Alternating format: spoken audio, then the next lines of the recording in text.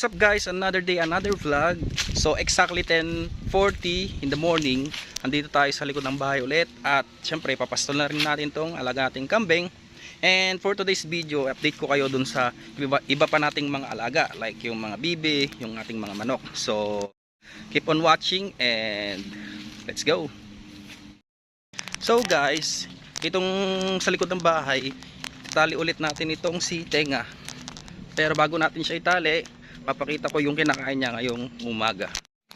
So guys, ito si Tenga, oh. Kumakain siya ng mulberry leaves. Ito yung Himalayan na variety. So hinahayaan na natin kainin niya yung nandito sa ibabang part ng mulberry. Kasi kailangan ng katawan niya yung legumes. Tapos dito sa left side natin, ayan yung ating Mombasa. Tapos yung area natin ng Setaria grass. Pero yung Setaria wala na, oh. Natabunan na ng damo, napabayaan natin. Ito, papastula rin natin to ng mga alaga nating kambing para luminis. So ang ilalagay natin dito yung inahin, kasi mas maikli yung tali nun compare dito sa tali ni Tenga. So marami pa siya ditong kakainin, no.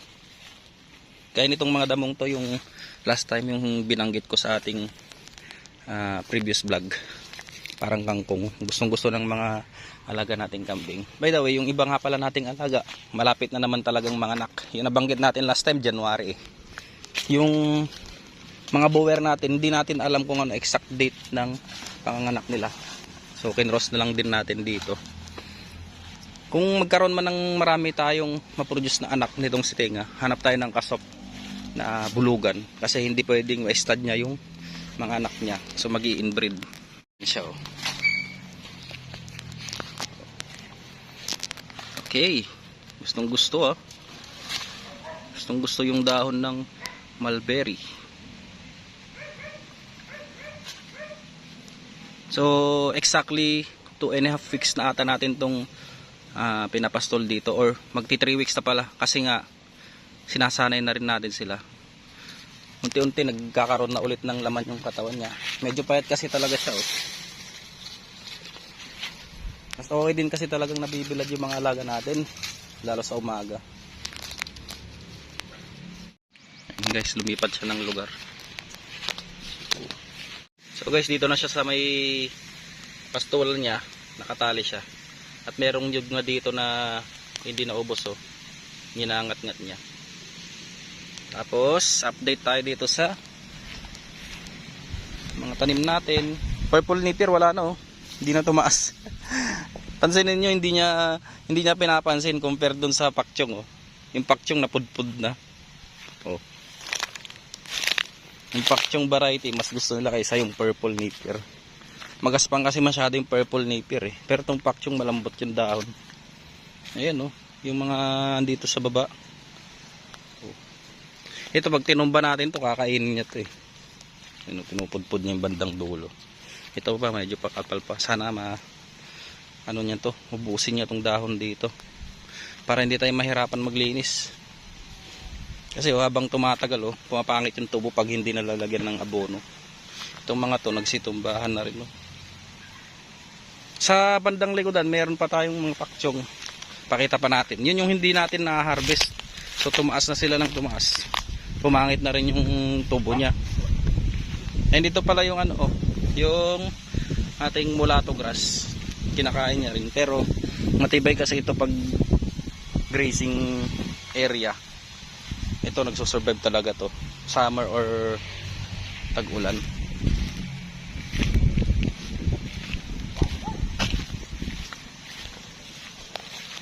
Ito pa yung iba. Napudpud na. Pudpud. Ayun pa ibang pakchong natin. Dito sa likodang part. Ayan. Tataas na rin, no. Ito walang bono tong mga to, eh. So ayan, mga pakchong natin. Ayan, madami siyang stocks. Hindi pa natin to na-harvestan. Ganyan siya kataas.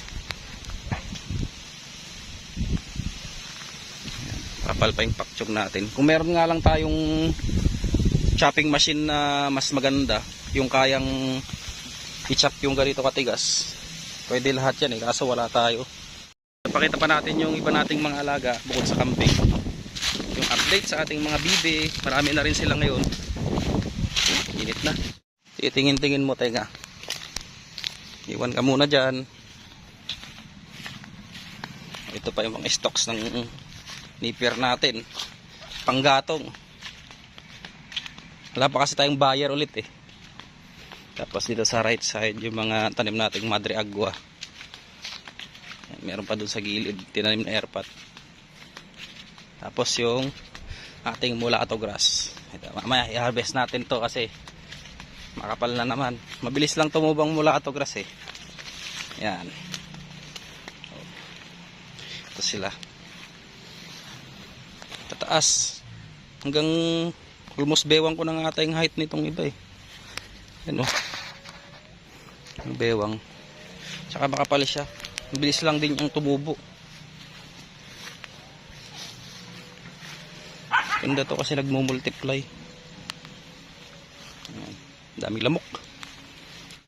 Dito yung iba nating alaga, yung mga bantam natin. Kasi before, di ba nga nagpaparami tayo.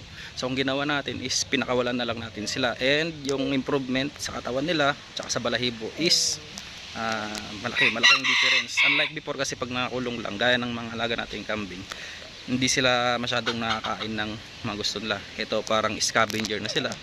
Nakain nila yung gusto nila dito sa labas ng kulungan nila. Ito sila guys. Ayan, mga chabo natin na bantam. Ito pa yung babae. Ayan o, liit. Ayan o. Ito pa. Liliit nila. Yung iba dito nangingitlog na. Ito nangingitlog yan kasi pulang pula yung kanyang palong. Ayan pa yung iba. Bali na kaya nakikihalo na lang din sila dito sa mga malalaking manok. Pero itong mga to hindi ito kayang lahian ng malalaking manok kasi nga sobrang liliit nila. Ayan o, dito.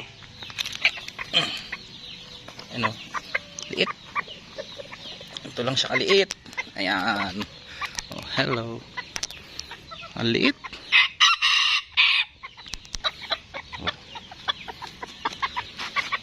Ang liliit nila. Cute. Lalo ito pula oh, ang ganda ng kulay. Kalimutan ko sa tawag sa ganitong kulay, pero ang alam ko ganyan yung kulay ng lemon. Oh, liliit.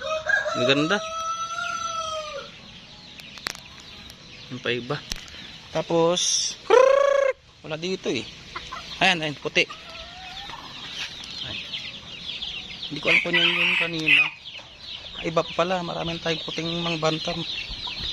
Tapos dito sa part na to, may itlogan sila. Ayan, basket lang. So meron na tayong 3 itlog. Sana tuloy-tuloy yung pag-itlog nila. Ayan, oh. Medyo mailap pa sila. Yun, si puti. Tapos dito sa kulungan, yan mga Buck Orpington na lahi. Tapos sa mga ito crossbreed na rin tong nanay niya. Tapos na i-cross pa ulit dun sa Buck Orpington. So ganyan yung mga anak niya. Dalawa nga lang. Ito ang dami oh. Ang dami nila. Pa. So yan yung mga palahi ngayon. Maganda rin kasi yung manok. Dahil nga every time na gusto mong magtinola, magadobo, may available tayong kakatayin. So itong mga to is pangkatay. Hindi tayo nagbebenta kasi for personal consumption lang. Yung mga itlog pag sumusobra, piniprito namin paminsan-minsan. So maganda ring mag-alaga ng mga ganito talaga. Lalo pag sa mga backyard at pinapakawalan mo sila. Ito kasi nakakulong lang ngayon dahil nga maraming predator gaya ng aso. Dahil pag pinakawalan mo yan, minsan yung mga aso sumasalisi paggabi. Ito. So guys, tawagin natin yung mga manok natin. Tignan natin kung lalapit tong ibang bantam. Dami na nila oh. Alin mga yan. Yung iba nasa galaan. Palapit na yung puti nating bantam. Yung tandang. Ganda niya no. Puting puti. Paano pa pag na-condition natin mga yan, ang ganda ng balahibo. Ito meron pa tayong, ano pa ba yung kulay natin available dito? Kulay puti, orange, yun talisayin. Tapos meron doon yung Colombian na kulay sa dulo.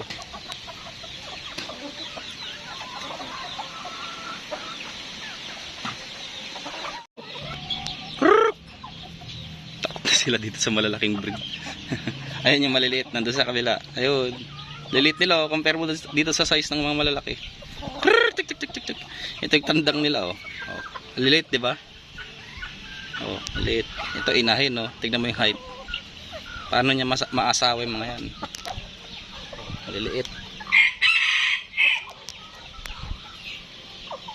Yung ganda ng mga inahin no. Liliit. Cute. Tumama mo siya. Ito lang. Ito yung laki niya.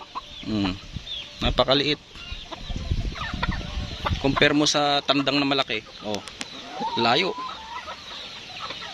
Sa una, pag first time nilang mapakawalan dito sa labas ng kulungan, mag-aaway sila yung mga tandang. Pero once na magsama-sama na sila katagalan, nasasanay silang parang family na, hindi sila nagsasabong.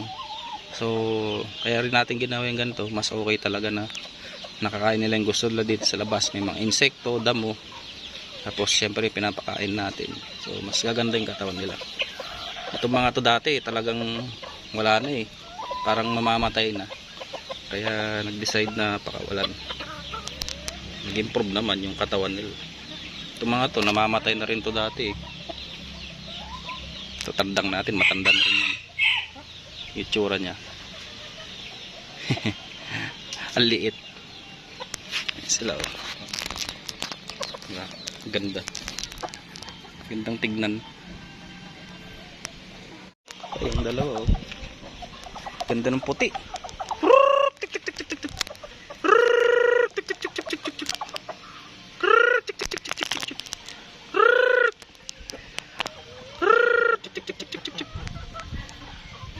Ang cute. Lakad nila parang bibi. Oh. Mga una ano, naliliit nila oh. Naliliit nila. Yan sila.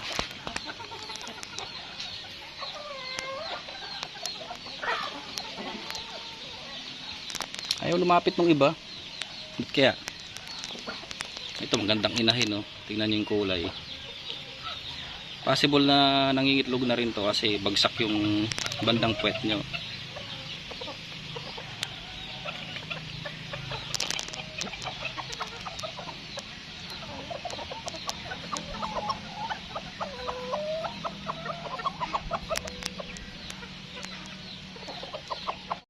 So guys, dito naman tayo sa kulungan ng ating mga bibi. Ito na yung mga nahuling batch. Ay, mas maliliit. So ayan, nagkatay na rin tayo last time ng isang piraso. Nalaki nila oh. And dito sa kabila yung ating lumang kulungan. Ayan, hindi sila masahilan guys. Tapos mas tipid sila compare dun sa Peking duck. Kasi yung Peking duck sobrang lalaki ng butchi nila. Butchi ba tawag dun? Yung sa may lalamunan. Malaki sila kumain. Ito eh, kahit ano kinakain.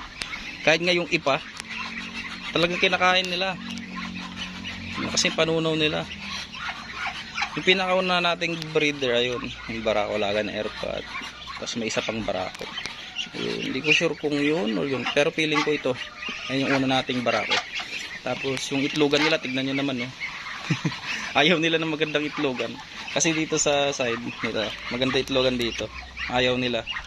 Mas gusto nila dun sa masisikip na itlogan. Ganyan lang sila karami ngayon.